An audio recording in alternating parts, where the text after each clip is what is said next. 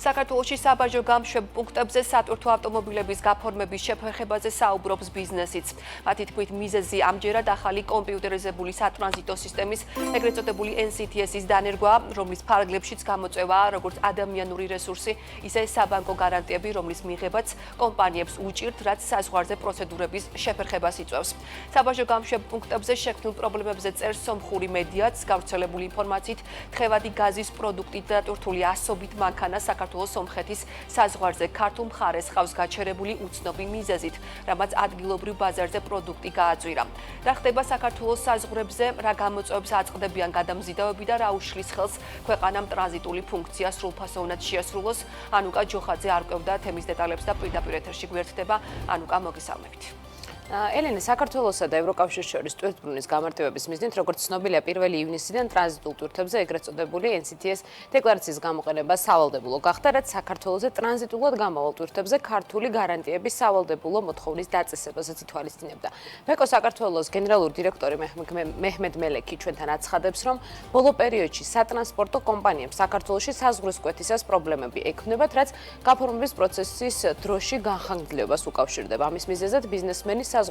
სწორედ ახალი კომპიუტერიზებული სატრანზიტო სისტემის, იგივე NCTS-ის დანერგვას ასახელებს. პრობლემები საქმის კურსში არიან, მათ შორის თურქეთ-საქართველოს ეკონომიკურ საბჭოში, სადაც ამბობენ, რომ აღნიშნული საკითხი თუ არ მოგვარდა, გადამზიდავებს ტრანსპორტირების პროცესი მნიშვნელოვნად უძვრდებათ. რადგან საქართველოს ახალ ევროპული სისტემაზე გადავიდა NCTS სისტემაზე, მან პატარა ხარვეზები არის გაფორმებების მხრივ, გარანტიების მხრივ, ამ პრობლემების აღმოფხვრა საჭირო. იწელება მანქანების, ტრაილერების გაფორმების საკითხები. ამჟამად სარფის საბაჟოზე, აზერბაიჯანის საბაჟოზე დაახლოებით 2000-მდე თურქული კომპანიის 2000-მდე ტრაილერი არის თურქული კომპანიის ტრაილერები და ამ მანქანები, ამ ტრაილერები ელოდებიან ამ პრობლემების მოგვარებას. გვინდა რომ ეს პრობლემა მალე მოორჩეს. კი ბატონო, არის ამ თუთში საზღვარზე პრობლემა.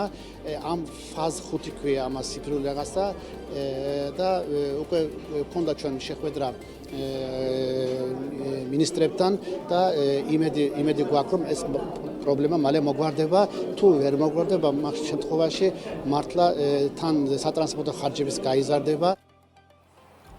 საქართველოს სახმელეთო გადამზიდავთა ასოციაციის თავმჯდომარე ამბობს, რომ შექმნილი ხარვეზების ფონზე სახელმწიფომ კომპანიებისთვის მორატორიუმი გამოაცხადა 1 აგვისტომდე, რა პერიოდშიც მათ შეუძლიათ დეკლარირება მოახდინოს საქართველოს საზღვრის გადაკვეთის შემდეგ, იქამდე სანამ ქვეყანას დატოვებენ. მისი შეფასებით აუცილებელია პროცესების გადალაგება მოხდეს და უცხოური ინსტიტუტების ფინანსური გარანტიების დაშვება მოხდეს წინააღმდეგ შემთხვევაში საზღვარზე რიგები მორატორიუმის ამოწურვის შემდეგ უფრო მასშტაბური გახდება. საშუალო ზომის კომპანიას, რომელიც შეიძლება იყოს ტრანზიტის ოპერატორი და რომელიც დღეში დაახლოებით ბეჭდავდეს 100 ერთეულ NCTS დეკლარაციას, ანუ 100 ავტომანქანის გამტარი ამობარის რო იყოს ესე ვთქვათ, პასუხისმგებელი, დაახლოებით 5 მილიონიან გარანტიას უნდა ფლობდეს. და 5 მილიონიანი გარანტია შესაბამისით ან თანხით უზრუნველყოფა, ან ქონებით უზრუნველყოფა მოგეხსენებათ ახლა ბევრი კომპანიის ესე ვთქვათ აქტივი ამას არ ეყოფა. დავაჩქაროთ უნდა კადრების მომზადება, კვალიფიციური კადრების მომზადება, რომლებიც ამ დეკლარებას შეძლებენ და ფინანსური გარანტიები გავხადოთ ხელმისაწვდომ. ხო, აი თუ მიმართავთ თქვენ დღეს NCTS დეკლარაციის დაბეჭდვის მოთხოვნით, ყველაზე მსხვილები ვინც არიან, სადღაც 6-7 დღიანი მოლოდინის პერიოდი აქვს რა გადატვირთვისგან გამომდინარე. ესე იგი, აი ეს გვაქვს ჩვენ ესე ვთქვათ დაყოვნება ამ ეტაპზე. 1 აგვისტოდან ანუ ეს მორატორიუმიც ესე ვთქვათ იკეტება და უკვე ყველასთვის ვალდებულება ჩნდება, რომ საზღვრის გადაკვეთამდე კონდეს ეს დეკლარირება დასრულებული. შესაბამისად, ვეჭვობთ, რომ ამ პერიოდისთვის რიგები გაიზრდება. საქართველოს საზღვარზე პრობლემებზე წერს სომხური მედიაც. მედიაში გავრცელებულ ინფორმაციაში ვკითხულობთ, რომ თხევადი გაზი, რომელსაც სომხეთში ავტომობილთა ძირითადი ნაწილი იყენებს, ბოლო დღეებში 40%-ზე მეტად გაძვირდა, რასაც სექტორი LPG-ს საქართველოს გავლით რუსეთიდან იმპორტთან დაკავშირებულ ლოგისტიკურ პრობლემებს უკავშირებს. აღნიშნულ განცხადებას გუშინ გვიან საღამოს გამოეხმაურა შემოსავლების სამსახურიც. განცხადებაში უწყება წერს, რომ სატვირთო ავტომობილების მიმართ არსებობდა მცირე შეფერხება, რომელიც სრულად იქნა აღმოფხვრილი. მათი თქმით, მსგავსი მსგავსი ბრალდებების სრული სიცრუეა და მიზნად ისახავს საზოგადოების შეცდომაში შეყვანას და თემის პოლიტიკურ ჭრილში გადაყვანას.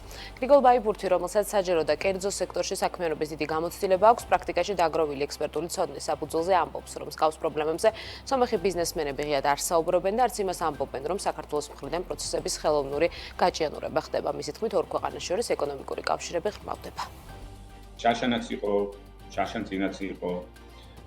მე არ მინდა მოვახდინო ამ საკითხის პოლიტიზება, თუმცა რა თქმა უნდა, არ გამოურიცხავ არც მაგრას. ეხლა ცხადია, რომ სომხეთს აქვს აღებული აბსოლუტურად რადიკალურად შეცვალა კურსი ამ პრობლემაზე, ისე მკაფიოდ არ გამიგია. მიუხედავად იმისა, რომ ჩემი მეგობრები, პარტნიორები არიან ზუსტად ის ადამიანები, ვინც არიან მაგალითად გაზის გადაზიდვით დაკავებულები, არ გამიგია მსგავსი პრობლემები. კონიაკზე იყო ერთი პერიოდი პრობლემა. მაგას მე ვერ დავუკავშირებ ნამდვილად სომხეთის პოლიტიკურ კურსს. მან აბსოლუტურად სხვა პრობლემები იყო. სომხური ბიზნესი არ ლაპარაკობს, რომ საქართველოს ხმის ხელოვნურ ბარიერებს. ღიად არ სწავლობს, რომ ბიზნესი ნაკლებად ფიქრობს პოლიტიკაზე და ეგრეც უნდა იყოს. ბიზნესი უნდა იყოს დაკავებული ბიზნესით, პოლიტიკოსები უნდა იყვნენ დაკავებული პოლიტიკით. 2025 წლის პირველ ნახევარში საქართველოს სატრანზიტო დერეფნის მეშვეობით სულ 229,000 ტრაილერი გადაადგილდა. ტრანზიტის ეს მოცულობა წინაწლის ანალოგურ პერიოდთან შედარებით 4% ნაკლებია და ის ძირითადად თურქეთისკენ და აზერბაიჯანისკენ მიმავალი ტრანზიტის შემცირებას უკავშირდება. თუმცა სანაცვლოდ გაზრდილია ტრანზიტის სომხეთის მიმართულებით. შემოსავლების სამსახურის სტატისტიკის მიხედვით საქართველოს ყველაზე მეტი სატრანზიტო ტრაილერი სომხეთის მიმართულებით კვეთს. 2025 წლის პირველ ნახევარში სომხეთის მიმართულებით სულ 57,500 ტრაილერი გადაადგილდა. მეორე პოზიციაზე ამ მხრივ აზერბაიჯანი, რომლის მიმართულებითაც 38,000-ზე მეტი ტრაილერი გადაადგილდა, მესამეზე კი თურქეთია, რომელიც საქართველოზე გამავალი 37,000 ტრაილერის დანიშნულების ქვეყანა იყო. მადლობა ანუკა ჯოხაძე საუბრობდა პირდაპირ ეთერში.